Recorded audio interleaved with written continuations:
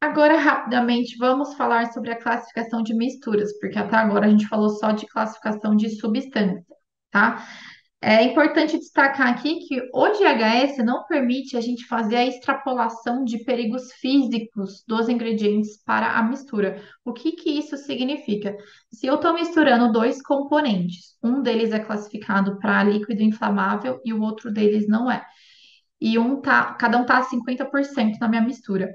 Eu não tenho como prever se a minha mistura vai ser classificada para inflamabilidade ou não, se eu não tiver o ponto de fulgor da mistura como um todo.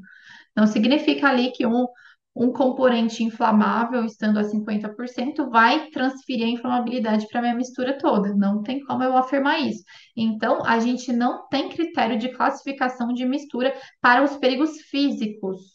Então, todos aqueles 17 perigos físicos, eles não estão incluídos aqui. A gente só vai conseguir classificar uma mistura ou um produto final, é, para os seus perigos físicos a partir dos dados laboratoriais, tá? Já os perigos à saúde e os perigos ao meio ambiente, a norma, né, o GHS, permitem a gente fazer extrapolações. Então, cada uma das classes de perigo à saúde e perigo ao meio ambiente tem algumas regras de extrapolação que vão permitir a gente fazer a classificação da mistura. Então, eu vou dar um exemplo aqui, né? Para toxicidade aguda, a gente tem alguns detalhes aqui. A gente vai poder utilizar essa fórmula, tá? Então, a gente vai fazer um cálculo a partir dos valores de DL50 dos componentes.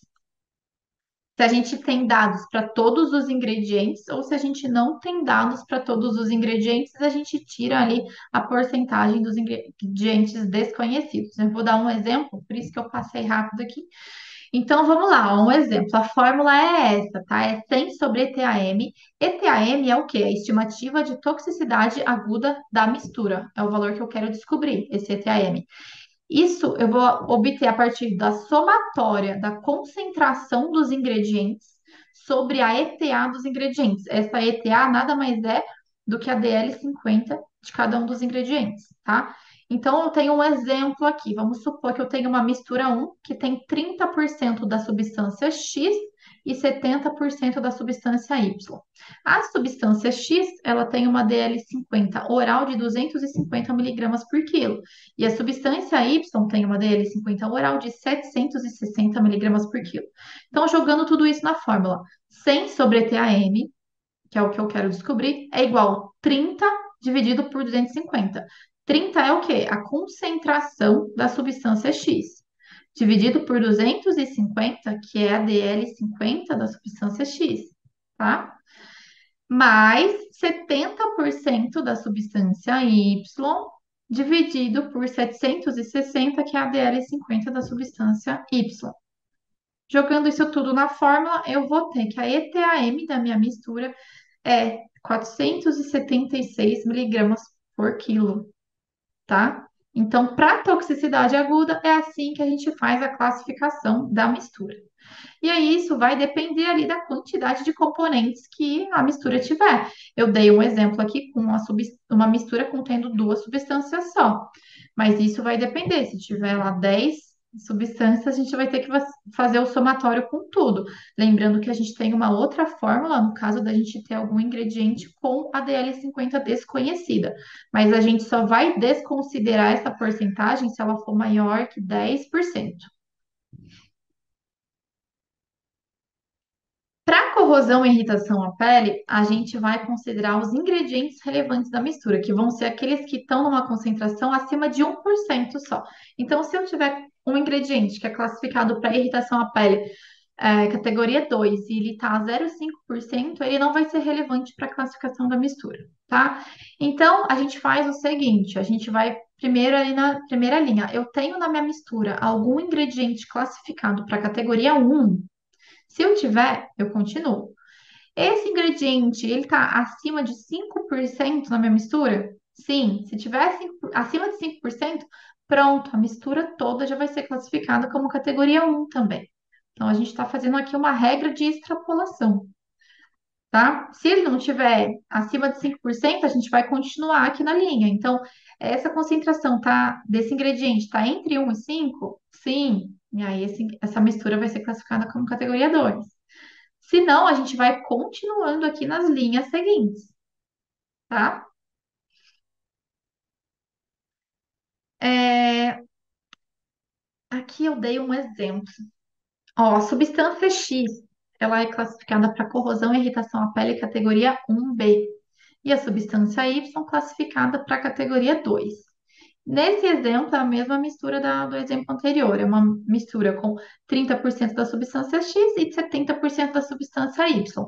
Vamos seguir a primeira linha. Eu tenho na minha mistura algum ingrediente classificado para categoria 1? Sim, eu tenho. É a substância X, certo? É classificada para a categoria 1B.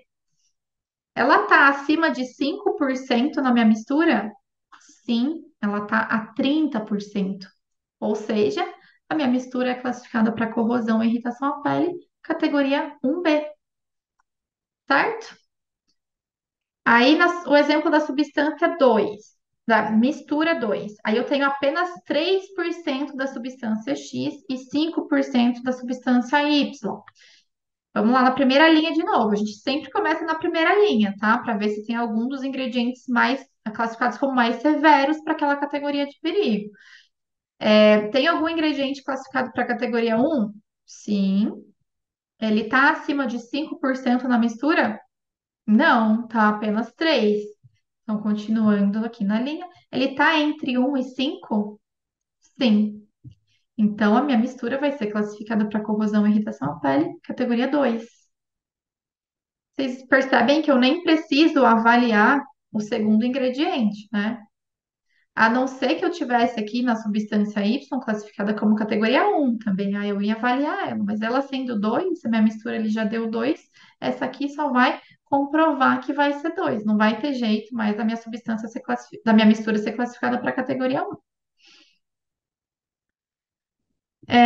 Continuando aqui para lesões oculares graves, a gente também tem essa tabela de extrapolação de perigo. Então, a gente vê que a mistura ela vai ser classificada para a categoria um ocular se a gente tiver algum ingrediente que é categoria um acima de 3% só, tá?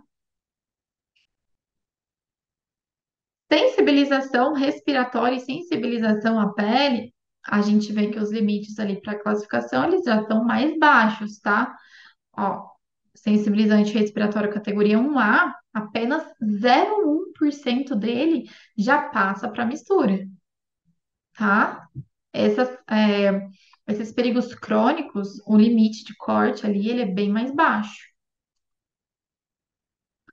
Então, ali um exemplo, a substância X, ela é sensibilização à pele categoria 1 e a substância Y não classificada. Aí a gente tem uma mistura contendo 0,5 da substância X e 90 da substância Y. Então, eu tenho na minha mistura algum ingrediente classificado para categoria 1, eu tenho. Ele está acima de 1% na mistura? Não, tá 0,5. Ah, é sensibilização à pele, desculpa, eu estava lendo sensibilizante respiratório. Então, é o sensibilizante à pele categoria um. Ele está acima de, de 1%? Não, ele está 0,5, né?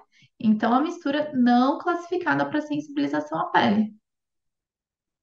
Ele está 0,5 apenas. Então, a classificação dele de categoria um não passa para minha mistura, certo?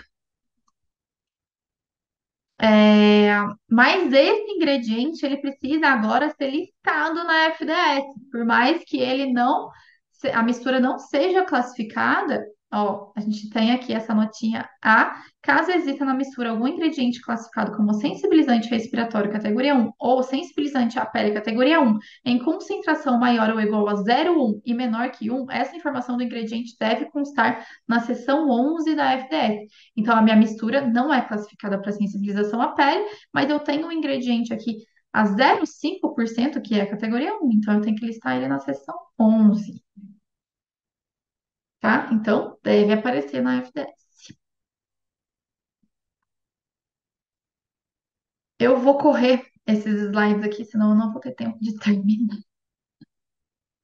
Vamos para o próximo. Mutagenicidade em células germinativas. Então, a gente vê que para mutagenicidade categoria um, ó, um A e um B, apenas a 0,1% já passa para mistura, tá? Então, se eu tenho um ingrediente classificado para mutagênico categoria um, sendo um A ou um B, a 0,1% na mistura já passa, né, para classificação da mistura. Não vou ter tempo de fazer todos os exemplos. Carcinogenicidade também, mesma coisa, ó. Categoria 1A e 1B passa a apenas 0,1%. A toxicidade à reprodução, a gente teve uma atualização nessa tabela. Ela era a 0,1% também, mas ela mudou na norma nova. Na verdade, foi uma emenda de 2019 que já mudou e passou a ser 0,3 para a categoria 1A e 1B. E a efeito sobre lactação também é 0,3, mas categoria 2 é apenas 3% agora.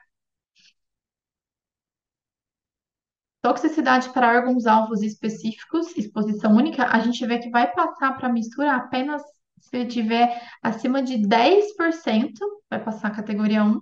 Se tiver entre 1 e 10, vai passar para a categoria 2. Ah,